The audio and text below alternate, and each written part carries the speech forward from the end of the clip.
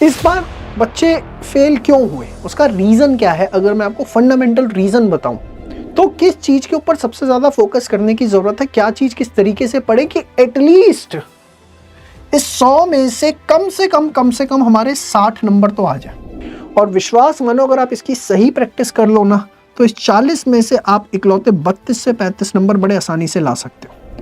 अपने दिल से पूछो, आपको समझ में आएगा क्या यही रीज़न है? एग्जैक्टली यही रीज़न है।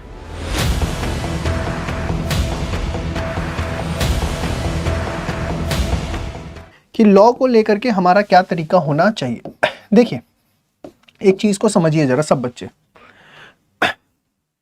हम लोग पहले क्या पढ़ते थे? लॉ एंड बीसीआर पढ़ते थे। बीसीआर 40 नंबर का पेपर होता था जो कि माना जाता था इंग्लिश का सेक्शन है, कंपैरेटिवली बच्चे निकाल जाएंगे। लॉ 60 नंबर का पेपर है, उसमें थोड़ी मेहनत कम करते थे, बीसीआर के भरोसे अपना पेपर निकाल लेते थे। और जनरली जो बच्चे पेपर निकालते हैं वो मैंने देखा बीसीआर के भरोसे ही निकालते थे, लॉ के भरोसे नहीं निकालते थे। जब पुराना पेपर में वेटेज थी 60-40, लेकिन अब लॉ जो है आप देखें पूरा का पूरा आपका 100 मार्क्स का पेपर है। लॉ पूरा 100 मार्क्स का पेपर है, एक्ट को बढ़ा दिया गया। तो ये पेपर अनडाउटेडली आपसे बहुत अच्छी मेहनत करवाने वाला है। इस बार बच्चे फेल क्यों हुए, उसका रीजन क्या है? अगर मैं आपको फंडामेंटल रीजन बताऊं, फंडामेंटल रीजन ये है कि पेपर कोई ऐसा नहीं है कि आउट ऑफ द बॉक्स आ गया था। जिन बच्चों की राइटिंग प्रैक्टिस नहीं थी, जिन बच्चों ने हाथ से लिखकर प्रैक्टिस नहीं किया था, जो सिर्फ टीचर को सुनने पे भरोसा रखते थे कि भाई लॉ की क्लास इज लाइक अ सत्संग, हम जाते हैं, सुनते हैं और आ जाते हैं, तो उन बच्चों के साथ सबसे ज्यादा लॉ के पेपर में तकलीफ हुई। जो उसको ऐसे लेते थे भाई आज मुझको ये पढ़ाया गया है और मुझे इसके क्वेश्चंस राइटिंग में प्रैक्टिस करने हैं, मुझे टेस्ट देने हैं, उनको तकलीफ नहीं हुई। क्यों नहीं हुई? क्योंकि एग्जाम में हुआ क्या कि पहले जो सिंगल क्वेश्चंस आते थे, 2-3 क्वेश्चंस को मर्ज कर दिया गया। कंपैरेटिवली अगर देखा जाए पेपर का पैटर्न जो चेंज किया हल्का सा, वो क्या किया? कुछ भी आउट ऑफ द बॉक्स नहीं पूछा, 2-3 क्वेश्चंस को मर्ज करके क्वेश्चंस पूछ लिए। और इसकी वजह से उन बच्चों को बहुत ज्यादा दिक्कत हुई जिन्होंने कभी जीवन के अंदर लॉ के अंदर राइटिंग प्रैक्टिस नहीं की थी, टेस्ट नहीं दिए थे, या दिए थे तो एकदम नाम मात्र के फॉर्मेलिटी के 2-4 टेस्ट पेपर दिए थे, इससे ज्यादा नहीं दिए थे। अपने दिल से पूछो, आपको समझ में आएगा क्या यही रीजन है? एग्जैक्टली यही रीजन है। अब मैं आपको बताना चाहूंगा कि लॉ में हमें अगर हम बात करें अपनी इस अटेम्प्ट की, तो किस चीज के ऊपर सबसे ज्यादा फोकस करने की जरूरत है, क्या चीज किस तरीके से पढ़े कि एटलीस्ट इस 100 में से कम हमारे 60 नंबर तो आ जाए। मैं अभी 75 की, 80 की, 90 की बात नहीं करता, 90 प्लस वाले तो होंगे 10 बच्चे भी तो बहुत बड़ी बात है, लेकिन लॉ में कम से कम 60 मार्क्स आ जाए। इसके लिए हम क्या करें? बड़े ध्यान से मेरी चीज को सुनिएगा जो मैं आप लोगों को बताने जा रहा हूं। देखिए, लॉ में अपने को क्या करना है, जो मैं आपको बता रहा हूं उस हिसाब से आप सभी बच्चे सबसे पहले उठाए सेल्स ऑफ गुड्स एक्ट और उसके बाद पार्टनरशिप एक्ट।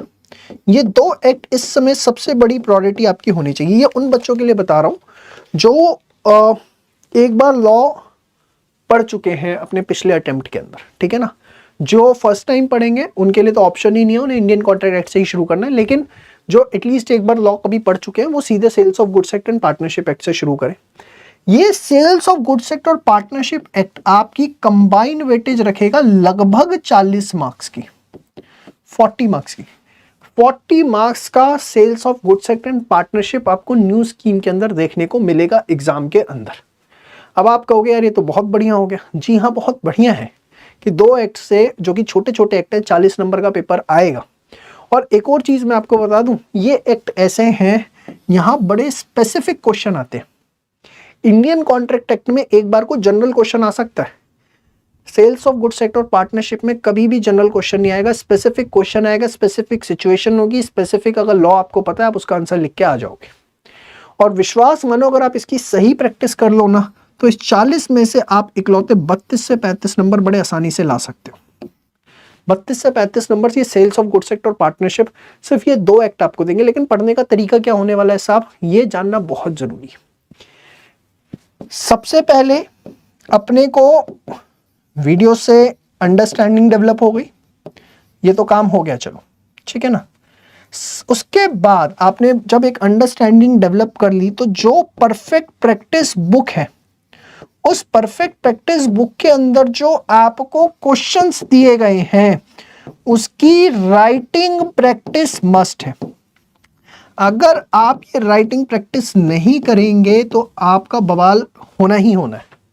जो बच्चों ने हमारा कोर्स नहीं ले रखा, वो सिर्फ परफेक्ट प्रैक्टिस बुक भी लेना चाहें तो वो भी हमारी अब अवेलेबल है, और ये क्वेश्चंस की आपको उसमें रिकॉर्डिंग भी मिलती है। अगर कोई क्वेश्चन आपको नहीं समझ में आ रहा है तो आप उसकी रिकॉर्डिंग देख के भी समझ सकते हैं। सब कैसे करें राइटिंग प्रैक्टिस, इसमें बहुत बड़े मंत्र नहीं मान रहे। आपको सीधा सीधा एक चीज करनी है कि मुझको डेली के 5 क्वेश्चन प्रैक्टिस करने हैं। डेली के 5 क्वेश्चन। भाई कितना टाइम लगेगा डेली के 5 क्वेश्चन राइटिंग में प्रैक्टिस करने में? मुश्किल से मुश्किल 1.5 घंटे का टाइम लगेगा। सिर्फ ये टाइम आपको देना शुरू करना है, ये बहुत जरूरी है।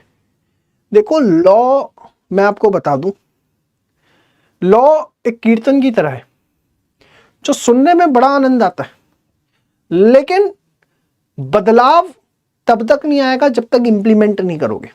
मतलब जब तक आप अपने हाथ से चीजों को लिखकर नहीं देखोगे कि यार ये जो मैंने पढ़ा है क्या मैं इसको लिख पा रहा हूं। देखो, आपका वहां पर ओरल टेस्ट नहीं होना एग्जाम के अंदर, आपको वहां राइटिंग प्रैक्टिस करनी है। ये बहुत बड़ा पॉइंट है कि सीए के अंदर बच्चों के उतने राइटिंग स्किल्स अच्छे नहीं होते बिकॉज ऑफ XYZ रीजंस, कि 12th तक इंग्लिश सही से नहीं पढ़ी, गवर्नमेंट स्कूल बैकग्राउंड था, या बहुत सारे रीजंस होते हैं। तो आपको एक चीज समझनी है कि डेली के अपने को 5 क्वेश्चंस जो हैं वो राइटिंग प्रैक्टिस करने हैं परफेक्ट प्रैक्टिस बुक से। ये जरूर करने हैं बच्चे। कितने क्वेश्चंस हैं भाई? Sales of good sector partnership में मिलाकर के मुझे लगता है मुश्किल से मुश्किल 80 क्वेश्चन होंगे, 15 दिन में खत्म हो जाएंगे। लेकिन एक बार आपने वो क्वेश्चन राइटिंग प्रैक्टिस कर लिए ना, तो आप देखेंगे कि आप ये खुद कहेंगे कि मुझे बोलने की जरूरत नहीं पड़ेगी।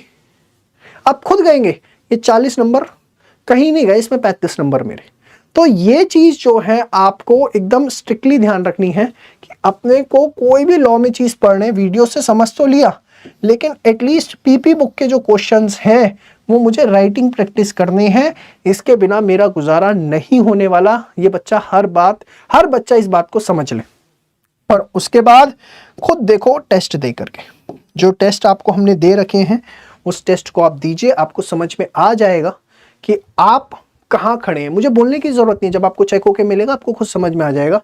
इवन कुछ बच्चे ऐसे हो सकते हैं जिन्होंने कहीं और से कोर्स ले रखा हो, वो सिर्फ हमारे अगर PP books, perfect practice books और टेस्ट, सिर्फ अगर ये चीज लेना चाहते हैं तो इसके लिए हमारे पास एक चीज अवेलेबल है, सेल्फ स्टडी किट। आप सेल्फ स्टडी किट ले सकते हैं। इसमें जो है सारे सब्जेक्ट्स के आपको परफेक्ट प्रैक्टिस बुक्स, उसकी वीडियो रिकॉर्डिंग्स और टेस्ट पेपर मिलते हैं। तो सेल्स ऑफ गुड्स एक्ट हो गया, पार्टनरशिप एक्ट हो गया, सबसे पहली अपनी प्रायोरिटी ये हो गई।